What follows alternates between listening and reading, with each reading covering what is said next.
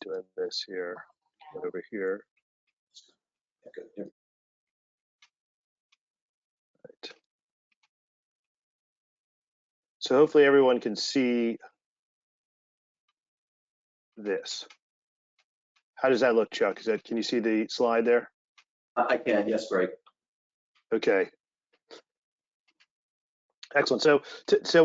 Thanks again for that great introduction, Chuck. And I want to talk today about something that I think a lot of people, and I've heard from a lot of clients about as well. And it's not an easy issue because it deals with a lot of different facets and agencies of the federal government, and no one is claiming to know or have authority over everything. So the topic today we're going to talk about is the COVID-19 vaccination, and we'll go through some basics here and give you a little background. So first, the background. Obviously, we're sort of in unprecedented times over the last 2 years with this COVID-19 pandemic, and it has made working difficult, at least at the start, with a lot of uncertainty. And with the advent of the vaccines, or the several vaccines that are designed to help stop the worst parts of COVID-19 and help you so you don't potentially get it coming out, there's a lot of questions about what employers can and cannot do with regard to requiring their employees to get vaccinated. And so we have, and it's not, no single government agency has come out and taken a position and say this is the way to do it. So in terms of looking at this from as an employer, you're looking at rules not only from the Secretary of Health and Human Services, from the Centers for Disease Control, the CDC. Then you look at the employment law. So the Equal Opportunity Employment Laws, the EEOC, OSHA, and the NLRA all contribute to a little piece of the puzzle as to whether or not and how you can mandate the vaccines. So a couple basics here. It's been pretty clear that there is a ability of employers to mandate vaccinations for those who are physically entering the workforce.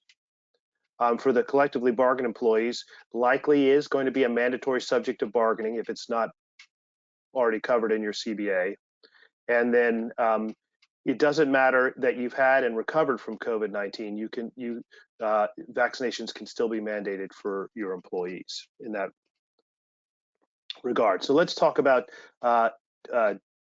mandating vaccination. So again, you can mandate if you want to, and you can mandate that vaccinations, your employees get vaccinated before returning to work. But it does apply to those physically at work, not teleworking. If you do decide to mandate the vaccines, you have to do it in a uniform manner that's not discriminatory towards, for example, a protected class like women. And you have to be mindful of certain discrimination laws that could be applicable. And in particular, there's two I want to talk about today that have the most impact, and that is the Americans with Disabilities Act and Title VII of the Civil Rights Act. And specifically among those two acts, there are two valid employee objections to getting a mandatory vaccine that you have to take into account. The first is someone who has a disability under the Americans with Disability Act, such that they cannot get vaccinated, or if the person has a sincerely held religious belief about being vaccinated. We'll go into a little more detail about those. But in general, if that's the case, you have to go through what's known as a reasonable accommodation process. In other words, you say to your employees, I'm going to mandate that everyone who's working physically get the vaccine. And someone comes to you and says, well, I have a disability or I have a sincerely held religious belief that I can't get the vaccine. Then we go through what's called the reasonable accommodation process. And that process, which again, I'll go through a little more detail how you go about that, is to determine whether there's a reasonable accommodation that will work to allow that person to continue to work without receiving the vaccine and without putting an undue hardship on you, the employer. So for example, some of the accommodations might be wearing a face mask, maintaining social distancing. Is the employee working alone or with others? Working different shifts from others who might be susceptible to the COVID-19 virus. Doing temperature checks at the beginning of a shift, periodic testing to see if they have the COVID-19 or not. Those are some of the reasonable accommodations that are available for if you mandate the vaccine and you have an employee that cannot get it for reasons of disability or religious accommodation. Is there a safety standard involved in the vaccine? Absolutely. As long as that standard is job related and consistent with business necessity. So that's why in the beginning of this presentation, I talked about the fact that physically at work. If you're teleworking, if you're at home, it's more difficult to say, well, yes, there's a safety related issue to the employer, requiring all my employees to get vaccinated.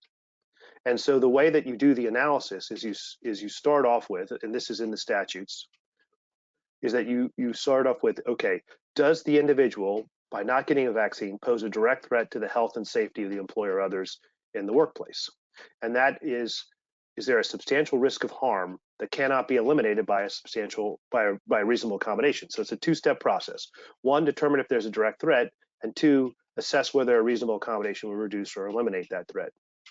I think it's pretty clear from the CDC and from others that the COVID-19 would pose a direct threat to individuals who are working with other individuals, particularly where those other individuals, either they're other employees or they're the general public or your clients' employees, may be more susceptible to COVID-19. Maybe they couldn't themselves get a vaccine.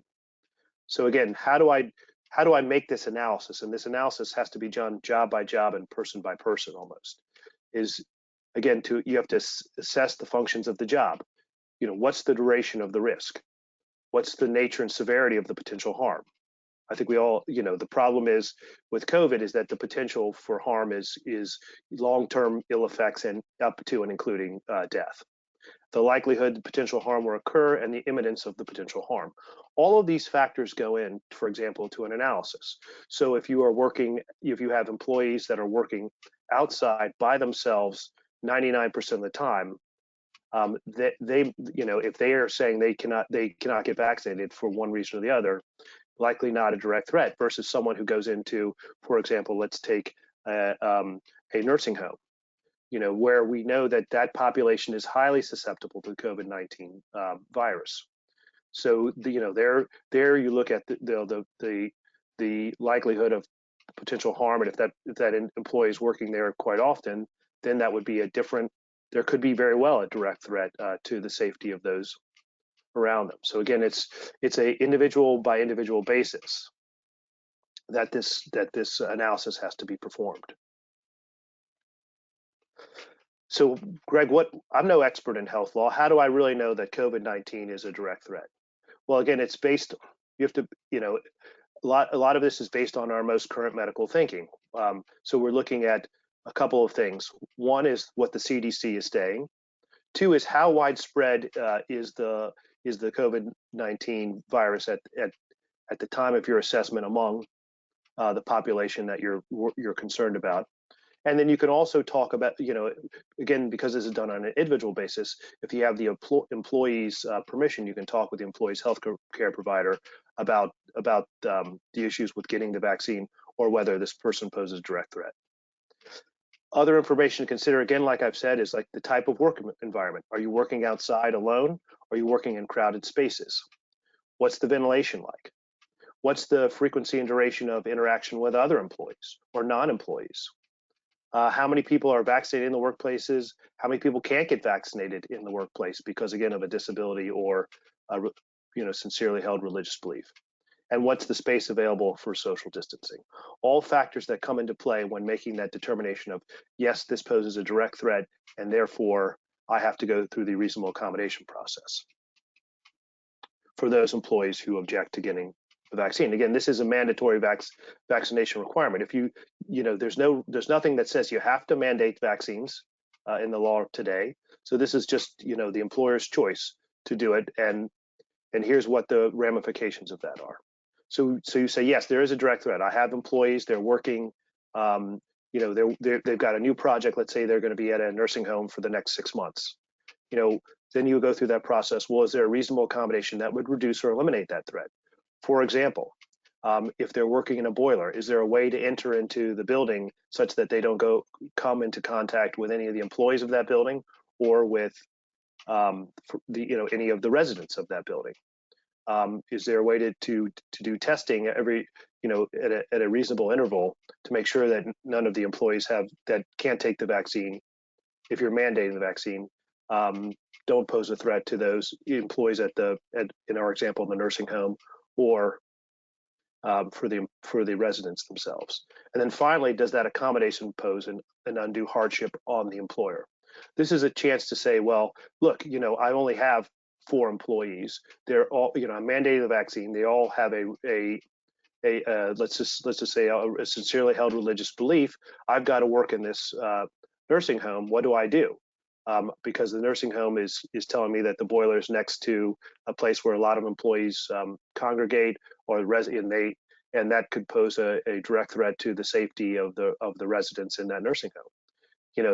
Then you don't have to necessarily. There may not be a reasonable accommodation. Is masking enough or not enough? And and we're going to ultimately come to the theme that that's a discussion you're going to have with your clients if your clients are mandating that your employees be vaccinated before they're on a job site. So why is that, Greg?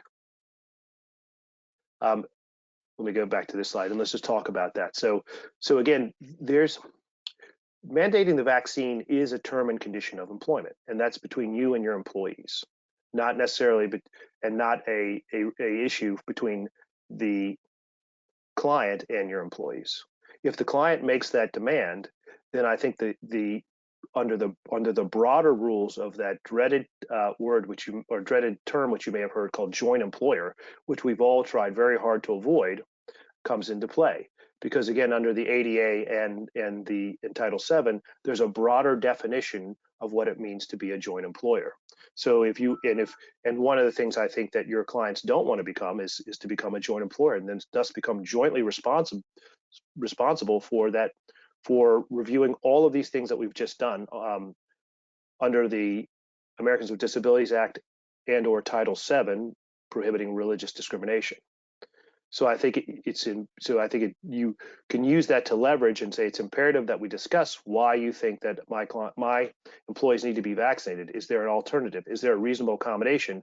And we have to go through this process together because you're demanding a term and condition of employment for my employees. They're not your employees. And that makes you a joint employer if you continue to insist on that. So again, to be clear, the reasonable accommodation process applies equally to the Americans with Disabilities Act as well as for Title VII, the religious discrimination. Look, questions can arise about the religious discrimination objection. In other words, what if I think my employee is lying? Well, let's start off with that it clearly has to be a sincerely held belief. If your employee has been telling you they've been an atheist for all their life, all of a sudden finds a religious objection to the getting the vaccine, I think in that case you can ask for something more to demonstrate that the employee actually has a valid religious belief. So the guidance here is to believe the employee unless you have objective facts that tell you that this employee really doesn't have a sincere or genuine belief that this is a religious objection to getting a mandatory vaccine. So you can ask for supporting information. You can make a determination that way. Again, and if you determine that there is a valid religious objection, then it's the same reasonable accommodation process for disability that we talked about previously. So what are best practices if you do want to mandate the vaccine? I think there's 2 important things. One is to have a process for documentation of the employee receiving the vaccine. So either requiring whatever certificate they get from getting their shots, and to be vaccinated under the current policy, by the way, it's either one of the J&J shots or 2 of the Moderna or Pfizer shots. That's what it means to be fully vaccinated. So again, best practices is require documentation that someone's been fully vaccinated, and at the same time that you're announcing this policy, also notify employees that you will consider requests for reasonable accommodation for those who can't get the vaccine based on a disability or genuine religious belief on an individual basis. A couple of employees, and this is happening all over the country, are saying to their employers who are mandating the vaccine, hey, you can't mandate this vaccine because it's still considered experimental by the FDA. This is not a valid objection. There is a requirement under the law that says that emergency use authorization, vaccines that have been approved under the emergency use authorization, may be refused. But this law does not apply to private employers. It applies only to the U.S. Secretary of Health and Human Services. And a recent case in Texas held that this was, that the employees had brought this claim. It was a hospital. It was mandating the vaccine to be for all of its employees. And some of the employees objected and filed a case saying, among other things, that you can't force us to get the vaccine because it's considered experimental. And the court in Texas, federal court in Texas, said, no, that's not a valid objection. That the particular law that you're claiming doesn't apply. It only applies to the Secretary of Health and Human Services. So it doesn't apply to private employers. In addition, they argued that, well, even if it doesn't apply to private employers, it should, and it should be public policy. But the court also rejected that argument. So there is no objection to mandating the vaccine because it's still considered experimental or still part of the emergency use authorization under the FDA. So again, we talked a little bit about this, but I've also heard from folks who say that, well, I'm not going to mandate the vaccine, but my clients are mandating it because of either they're a hospital or they are a nursing home, or maybe they're just deciding that all their employees are vaccinated, and therefore they want to apply the same to anybody who comes, any third party that comes on their property. Again, I think in this case, it becomes necessary to communicate with the client, because they are not the employer of your employees, and they are mandating a term and condition of employment. And the way that I might explain it to them is say, you're opening up yourself to joint employer liability if you're mandating a term and condition of employment. So let's see how we can work this out. Let's see if there's a reasonable accommodation that we can make that will allow you to feel safe that my employees are coming on, but also respecting the fact that these are my employees. And you could, for example, no more require that I only have females show up or only males show up, as part of the employment laws. Then you can say, well, only vaccinated people can show up, because that's not that's not in your purview unless you're the employer. And let's figure out how we can work this out. So that that it's not a foolproof method, but I think it's important that if your client is mandating that employees that are working on site are vaccinated, I think you have to go through this process and say, all right, well, if you're requiring this, that's a term and condition of employment. Now you and I have to sit down and we have to go through this whole process of looking at whether there's a direct threat, of looking at was there a reasonable accommodation, et cetera. And it won't be easy, but it's probably the best thing that you can do under the circumstances, because again, there's no clear law that says one way or another about mandated vaccines. What about, Greg, what about for my collectively bargained folks? What do I need to do? Well, again, as we said in the beginning of this presentation, making the vaccine mandatory is likely a mandatory subject of bargaining. And what does that mean? Well, there's three issues here. First is, can I unilaterally implement a mandatory vaccination policy? And the question is, and the answer is maybe. Does your collective bargaining agreement reserve the right to you as the employer to make health and safety rules? Or do you have a management rights clause that's pretty powerful and also provides the opportunity for you to make health and safety rules? In that case, you may be able to unilaterally implement this. But let's say you say, well, I don't think I have that, or I don't want to take the risk that what I'm doing would be found to be an unfair labor practice. Well, the second question is, well, then does your contract have a zipper clause? A zipper clause is a clause is a clause in the contract that says that the employer and the union have reviewed and discussed and put into their collective bargaining agreement all the potential topics they could have discussed at the bargaining table, and therefore there's nothing else left to discuss. if the CBA does have a zipper clause, then there's no requirement of the union to bargain over this issue. And you may be stuck without a whole lot of options other than just talking to the union. But if you do not have a zipper clause in your agreement, then that's subject to the rules of regular bargaining. This is not a subject that was discussed. If it's not a subject that was discussed and put into your collective bargaining agreement, then you have the ability to provide notice to the union and then bargain as if you would any other term and condition of employment. The usual rules apply with regard to impasse and the like. So if you want, you can send a notice to the union saying, dear union, we are implementing a mandatory vaccination policy. Please let us know if you have any questions. And that starts the bargaining process right there. And either the union can agree and ask questions and start the bargaining process, or it could not respond, simply not respond, or say, fine. And the union then is waiving their right to bargain over that issue, and you can go ahead and implement.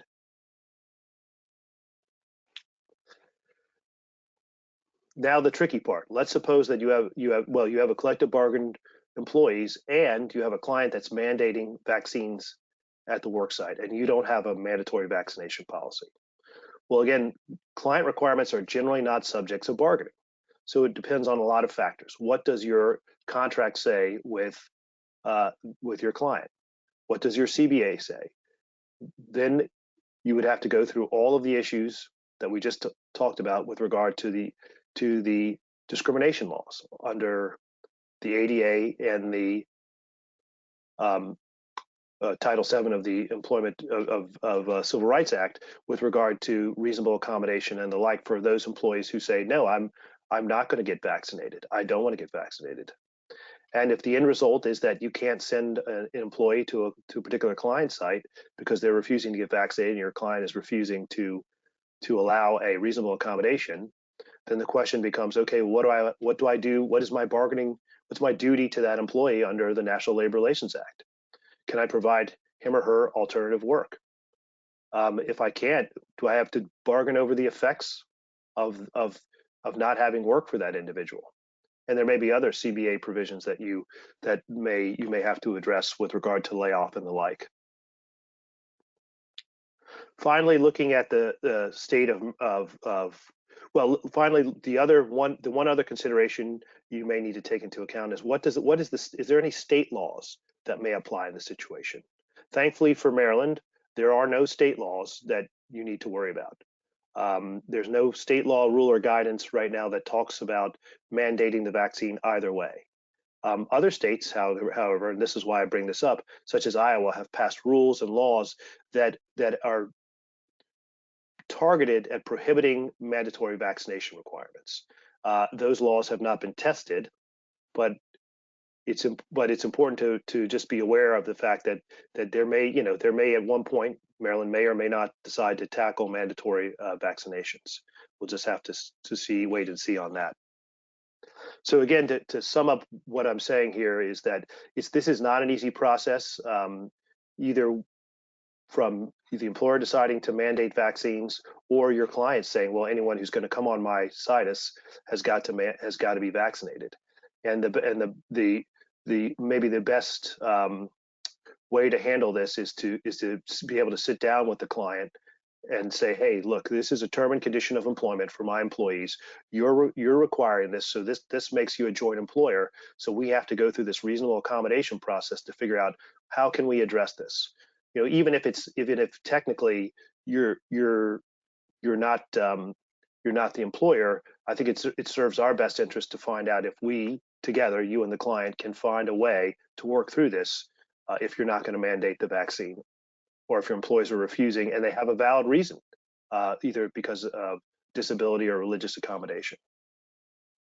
And so that's the end of this presentation, but I do want to open it up for any questions that might be out there for everyone.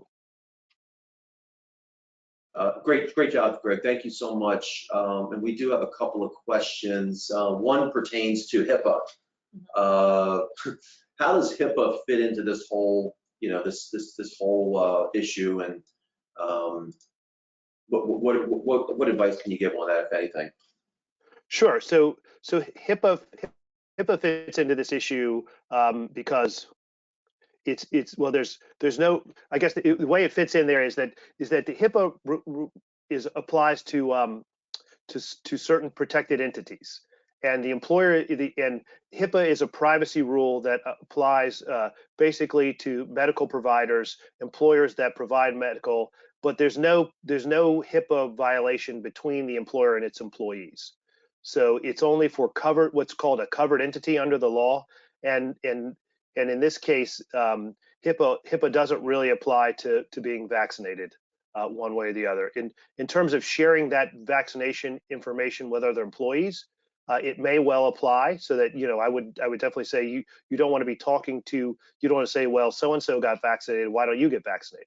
I think that's the way that HIPAA would apply in this situation. But other than that, you don't have a HIPAA right of privacy to say, well, I don't. The employee, for example, can't say to the employer, well, that you're by asking me if I'm vaccinated, you're violating my HIPAA rights. There's no HIPAA rights involved in that question. Yeah, good. Okay, good thought there, Greg. Thank you. Question about the ability for an employer to terminate an employee for not using things like masks correctly, basically violating the proper use of equipment that would make it mitigate the chances of transferring the disease. What do you think? Absolutely. If I think if you have a valid safety concern, which you might, which is which clear is there are certain rules, and if you look at the CDC guidance, if you look at both even state laws or state guidance from Maryland and DC and Virginia, they're all talking about they're all agreeing that this is important protective gear. And so I think if you have employees that are refusing to wear them appropriately, then you would discipline that employee as you would the violation of any other rule. Okay, good. Okay, thank you. A couple other questions. Questions really coming in, Greg. So hopefully you can hang in there for a minute or two. Yeah. I'm here for as long as you. I apologize again for being late, so I can stay later. So. Thank you. I think I know the answer to this, but maybe not. Do you have to mandate company-wide? Is this discrimination, two-tier environment?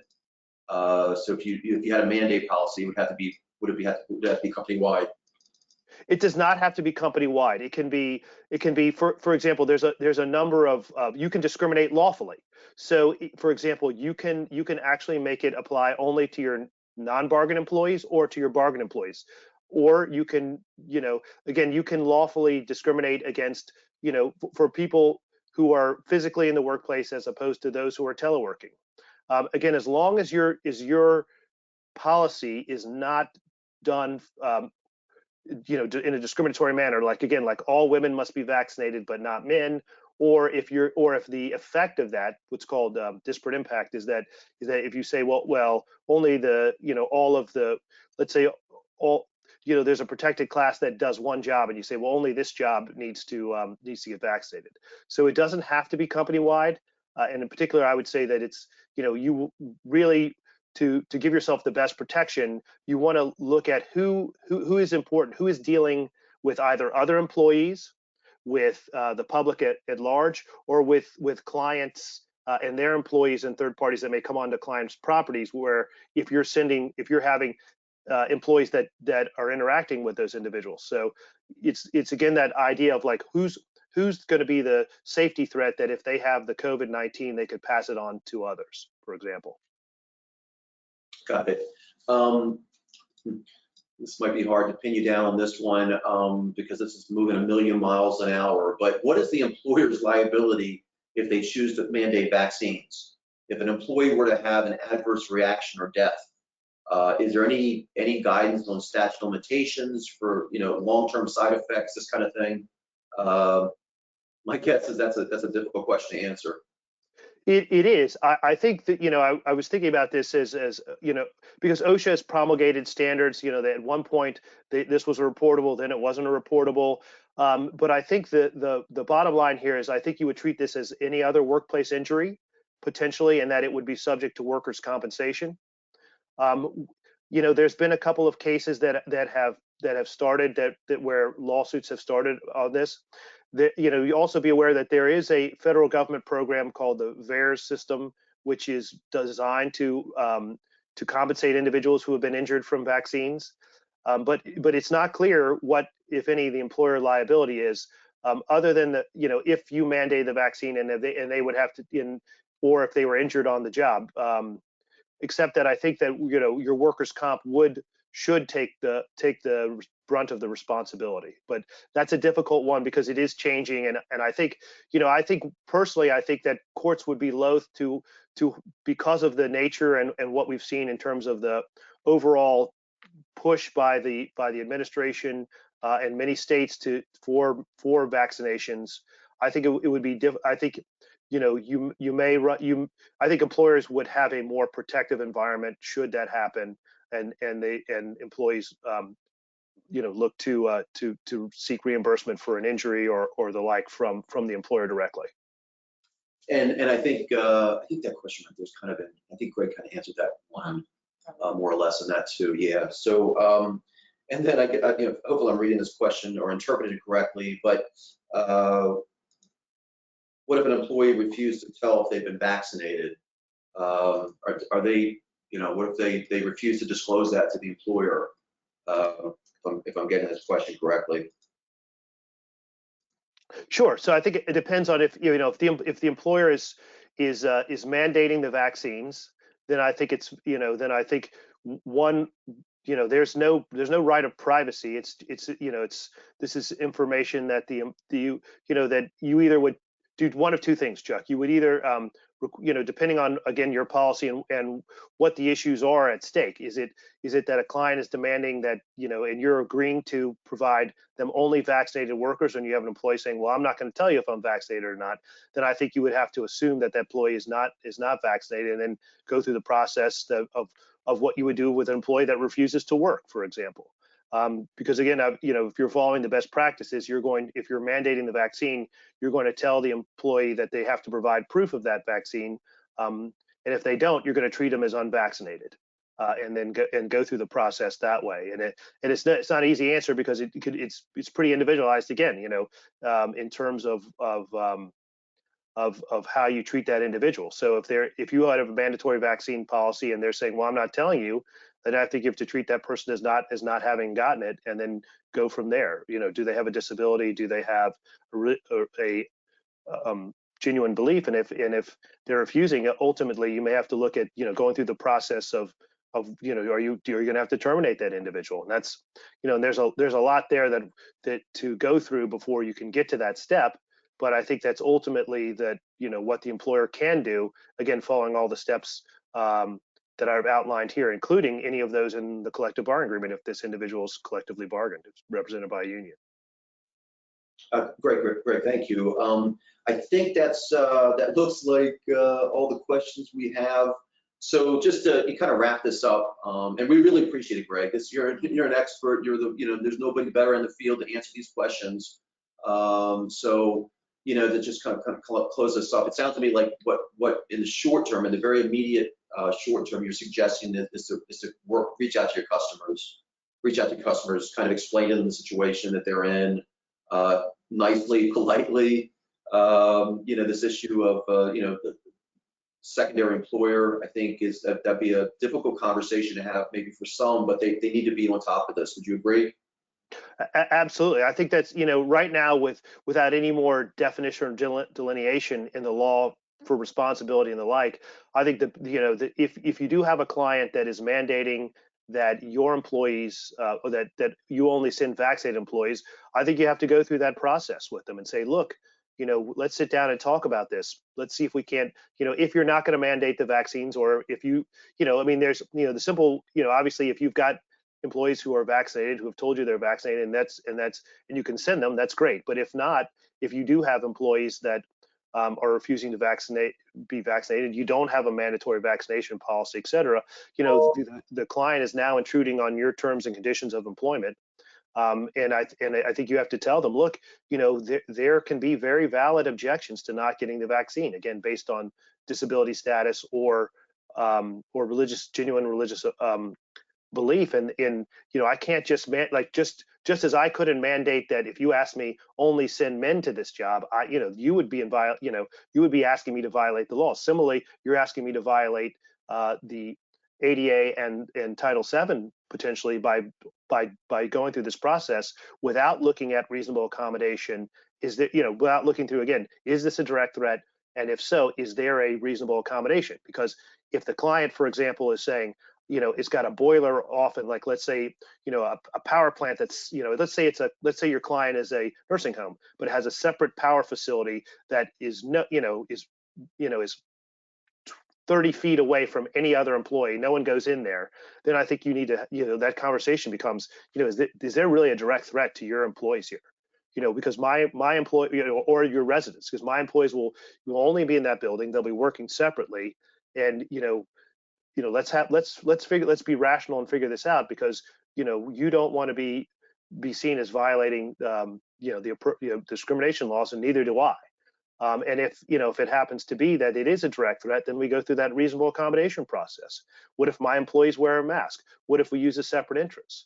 All those things, and recognizing that when you look at the OSHA standards, for example, they're really, they have that whole process by which, there's, they put out particular and specialized processes for those entities that are likely to have COVID susceptible patients.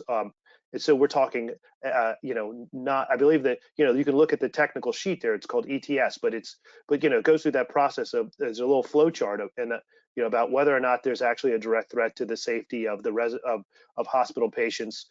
Is it a hospital that has, is it ambulatory or non-ambulatory and the like? And I think that, but OSHA only covers, those types of, for that particular directive on looking at where, mandating the vaccines or providing other protective services doesn't apply to any other type of entity. So it really is specialized towards those healthcare providers at the moment. And I think just drawing their attention to that, saying, look, you're opening up a can of worms here if there's really no direct threat to your business, your employees, and let's look at all the guidance and where it's directed at, and let's make sure that we're appropriately reacting and not overreacting to the situation. Really great advice, Greg. Thank you. And thank you. Looks like we've got no other questions, so I really appreciate everybody joining us. Thanks so much again to Melissa, who always does a lot of work in the background to get these things launched. And again, thank you to Lauren Ellick for raising this issue. She recognized the immediate concern for not only not only her organization, but every member of MCA. Greg, really outstanding job. If anyone has maybe an issue that's more particular to them, don't hesitate to reach out to me or Melissa, and we'll put you in direct contact with Greg, and he can counsel you through that situation. Let's hope nothing happens. Let's hope we get through this. And but it's better to be prepared than get blindsided. So thanks so much for your help, Greg. Thank you. Thanks everyone for your time. Thank you. Have a great day, everyone.